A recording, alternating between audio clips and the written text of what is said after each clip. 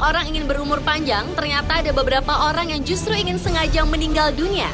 Tapi yang lebih mengejutkan, ternyata kematian mereka tidak sungguh-sungguh terjadi alias hanya sebuah rekayasa.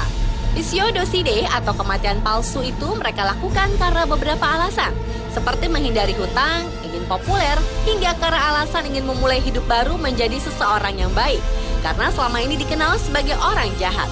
Dan dari banyak orang yang memalsukan kematiannya, berikut On The Spot merangkumnya dalam 7 kasus kematian yang palsu.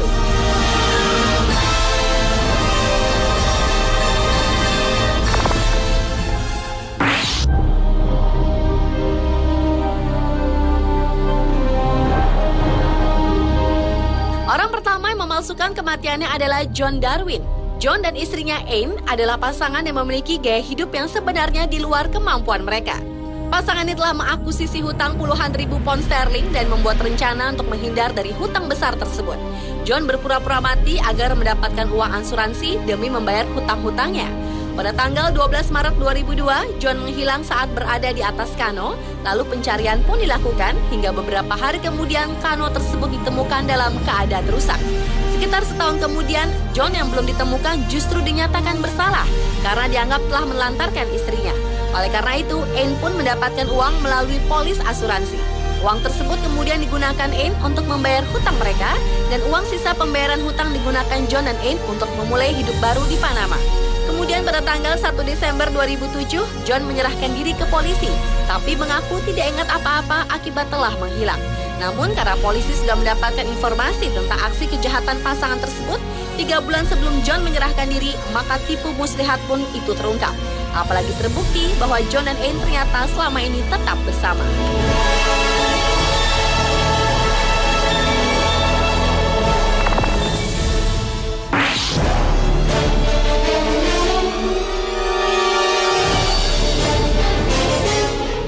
Selanjutnya adalah Ken Kesey, seorang penulis asal Amerika Serikat yang terkenal dengan bukunya yang berjudul One Flew Over the Cuckoo's Nest.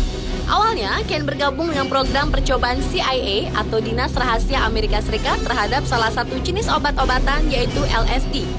Namun kemudian setelah bukunya diterbitkan, Ken terus menggunakan narkoba hingga akhirnya terlibat dengan Timothy Leary, seorang psikolog yang menangani penggunaan narkoba. Pada tahun 1965, Ken ditangkap karena memiliki ganja. Untuk dapat keluar dari penjara, Ken pun memalsukan kematiannya. Dengan bantuan teman-temannya, Ken pun berpura-pura menabrakkan truknya agar tampak seperti bunuh diri yang rumit. Kemudian ia pun melarikan diri ke Meksiko selama 8 bulan. Namun saat memutuskan kembali ke Amerika Serikat, ia ditangkap dan kemudian dipenjara selama 5 bulan.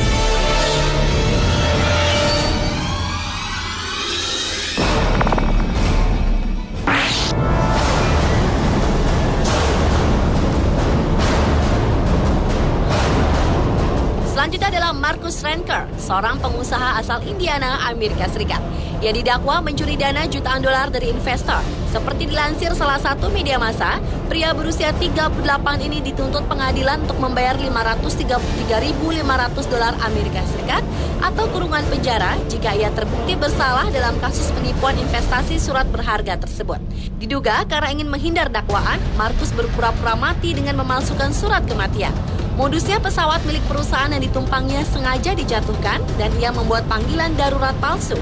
Namun sebelum pesawat itu jatuh ke wilayah rawa-rawa di Florida Barat Laut, Marcus terjun dengan menggunakan parasut. Ia kemudian memalsukan kematiannya dalam kecelakaan pesawat terbang. Beberapa hari kemudian, ia ditemukan polisi dalam keadaan sehat di sebuah lokasi perkemahan di Quincy, Florida Utara. Walaupun beberapa bagian tubuhnya terluka. Namun, seorang polisi menduga Marcus membuat sendiri luka yang terlihat serius di lengan kirinya itu, sehingga Marcus Ranker sempat memerlukan perawatan medis karena mengalami pendarahan.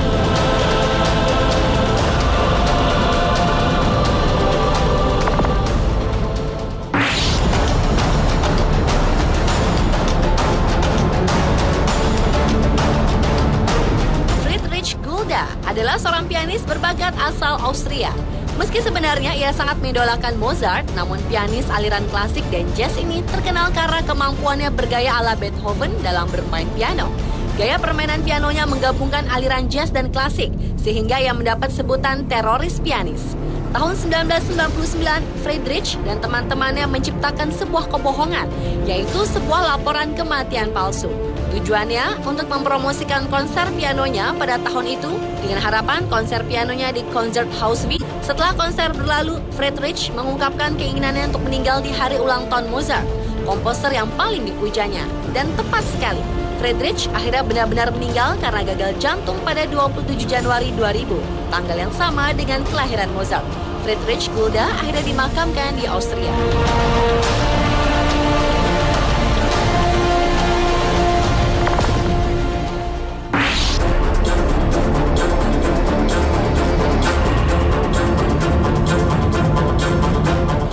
Seorang politikus juga pernah ada yang memalsukan kematiannya.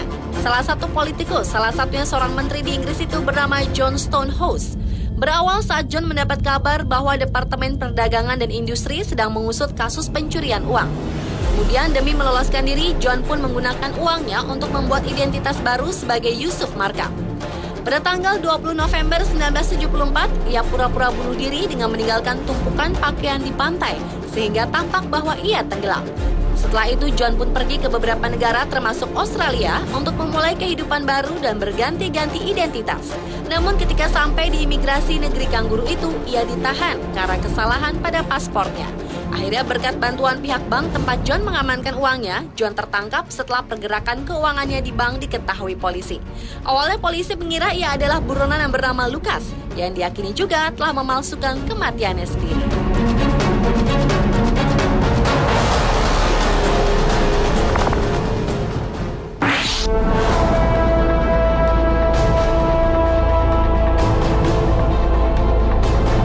Berikutnya adalah Byron Shane Carpenter, seorang yang sempat menjadi buronan karena menabrak seorang wanita hingga tewas akibat mengendarai kendaraan dalam keadaan mabuk. Saat masih menjadi tersangka, pria yang saat peristiwa terjadi berusia 30 tahun itu mencoba meloloskan diri dari jerat hukum dengan memberikan surat keterangan kematian palsu. Berita tersebut pertama kali diketahui oleh pengacaranya sendiri melalui telepon istri Byron. Kemudian disusul surat keterangan yang menyatakan bahwa Byron tewas dalam kecelakaan yang fatal. Namun ternyata pihak yang berwajib termasuk pengacaranya sendiri tidak mudah begitu saja dibohongi. Surat kematian itu diusut kebenarannya. Dan benar saja, kematian palsu Byron akhirnya diketahui dan ia pun kembali berhadapan dengan hukum. Sementara pengacaranya sendiri tidak ingin lagi membelanya karena penipuan yang dilakukan kliennya itu.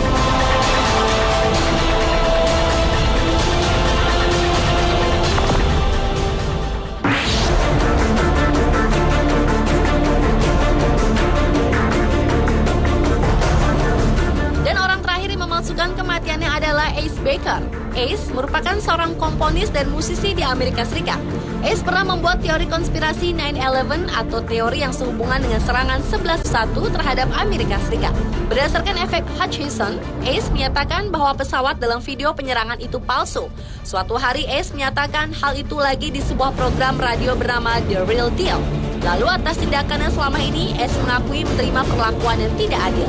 Ia kemudian membuat referensi kepada orang tuanya, meminta maaf kepada istri dan anak-anaknya. Dan tak lama setelah itu, ia meninggalkan saluran telepon, lalu terdengar tembakan senjata. Banyak orang yang mengira Ace telah tewas. Namun setelah tindakannya itu, Ace justru menyebut aksi mengejutkannya itu sebagai sebuah seni pertunjukan.